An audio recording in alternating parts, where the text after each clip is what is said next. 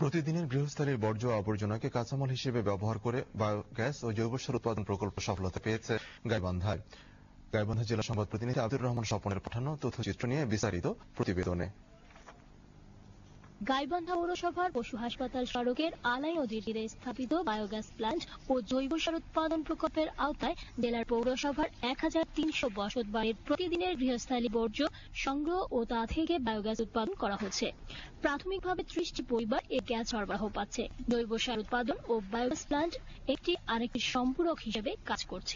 মূল লক্ষ্য হচ্ছে পৌরসভাকে আবর্জনা মুক্ত সুন্দর পরিচ্ছন্ন একটা শহর তৈরি করা এবং পাশাপাশি বর্জ্য থেকে বায়োগ্যাস এবং জৈব সার উৎপন্ন করে হাউজার পর্যায়ে গ্যাস সরবরাহ এবং কৃষক পর্যায়ে জৈব সার সরবরাহ করে। স্থানীয় সরকার বিভাগ যদি ভালোভাবে পৃষ্ঠপোষকতা দেয় তাহলে আমাদের গ্রাম পৌরসভার মতো এরকম প্রত্যন্ত এলাকায় এরকম গ্যাস প্ল্যান্ট গড়ে উঠতে পারে।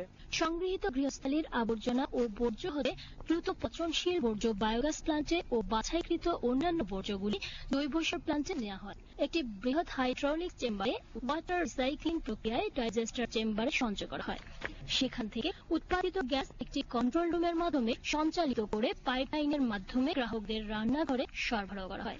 প্রতিদিন 30 কিউবিক মিটার গ্যাস উৎপাদন করা হচ্ছে। প্রত্যেক গ্রাহককে সারাদিনে 3 দফায় 5 ঘন্টা গ্যাস সরবরাহ করা হয় 0.75 কিউবিক মিটার। প্রতি মাসে 600 টাকা হারে মূল্য দিয়ে গ্যাস পাচ্ছেন সংযোগ লাভকারী গ্রাহকরা। 3বার রান্না করতেছি, 3বার 3 আইটেমের জিনিস রান্না করে খাবার পাচ্ছি, কোনো সমস্যা নেই।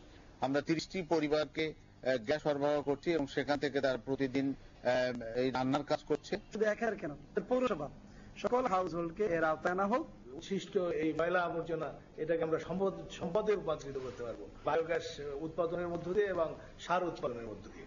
অন্যদিকে বায়োগ্যাস প্লান্টের জমে থাকা বর্জ্য অব্যবহৃত আবর্জনা জৈব সার প্লান্টের বিশেষ বক্সে ডাম্পিং করে বিশেষ প্রক্রিয়ায় তা দিয়ে 2 মাসে উৎপাদিত হচ্ছে 1.5 টন জৈব সার। পৌর বর্জ্য ব্যবস্থাপনার পাশাপাশি বায়োগ্যাস ও জৈব সার প্লান্ট উন্নয়নের যে নতুন মাত্রা সৃষ্টি করেছে তার বিস্তৃতি ঘটানো উচিত সারা দেশে ছড়িয়ে দেওয়ার মধ্য দিয়ে। সীমা শারমিন, বাংলাদেশ টেলিভিশন।